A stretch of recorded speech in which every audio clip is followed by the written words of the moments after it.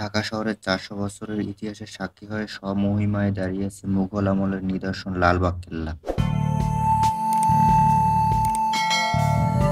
লালবাগ কেল্লা ঢাকার দক্ষিণ-পশ্চিমাঞ্চলে বুড়িগঙ্গা নদীর তীরে একটি অসমাপ্ত মুঘল দুর্গ। এটির নির্মাণ কাজ শুরু করেছিলেন ১৯৭৮ সালে মুঘল সুবেদার মুহম্মদ আজম শাহ, কিন্তু পরে তিনি দিল্লি চলে যান।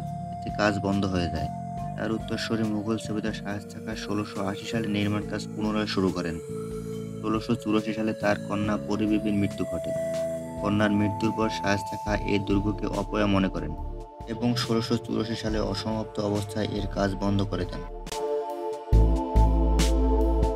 শায়েস্তা খাঁ ঢাকা ত্যাগ করার পর এটি এর জনপ্রিয়তা হারায়। লালবাগ কেল্লার পূর্ব নাম ছিল আওরঙ্গাবাদ। ১৮৪৪ সালে এর নাম বদলে লালবাগ করা হয়। সেই থেকে এটি লালবাগ কেল্লা নামে পরিচিত।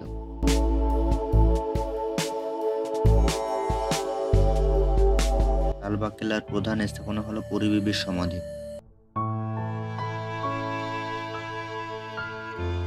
পরী বিবির সমাধির সামনে শায়েস্তা খানের সেনা অধিনায়ক এবং তার পাশে শায়েস্তা খানের বোনের সমাধি।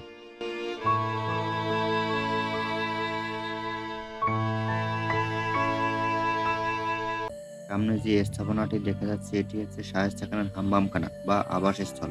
এখানেই তিনি থাকতেন এবং এটাকেই বিচারালয় হিসেবে ব্যবহার করতেন।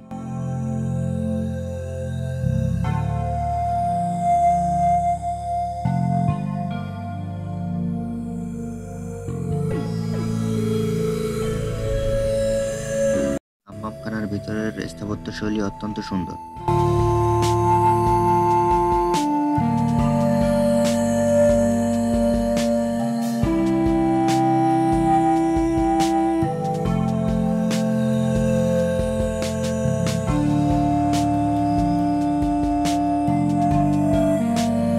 দুর্গের পূর্ব দিকে ৪৫ মিটার আয়তাকার একটি পুকুর আছে, যেটা তৎকালীন পানির ট্যাঙ্ক হিসেবে পরিচিত।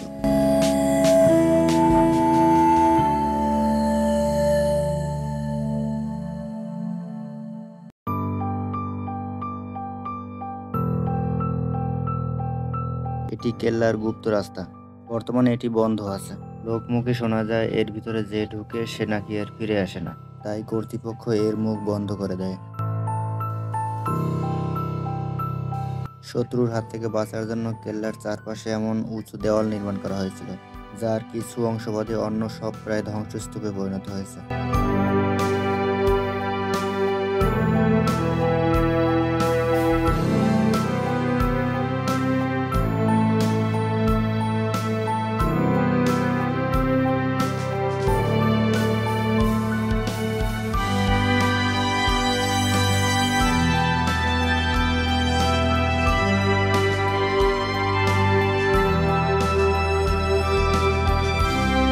লালবাগ কেল্লায় কিভাবে যাবেন? যেকোনো জায়গা থেকে গুলিস্তান এসে এখান থেকে অটোতে বা সিএনজিতে খুব সহজেই যেতে পারবেন লালবাগ কেল্লা। কেল্লায় প্রবেশ মূল্য দেশি পর্যটকের জন্য ৩০ টাকা, সার্কভুক্ত দেশের পর্যটকের জন্য ১০০ টাকা এবং বিদেশি পর্যটকের জন্য ২০০ টাকা। দর্শনের সময়সূচি ডেসক্রিপশন বক্সে দেওয়া আছে, চাইলে দেখে নিতে পারেন। বাংলার তাজমহলের ভিডিওটি মিস করলে দেখে আসতে পারেন, লিঙ্ক ডেসক্রিপশন বক্সে। ভিডিওটি ভালো লাগলে লাইক ও কমেন্ট করুন। পরবর্তী ভিডিও পেতে চ্যানেলটি সাবস্ক্রাইব করে রাখুন।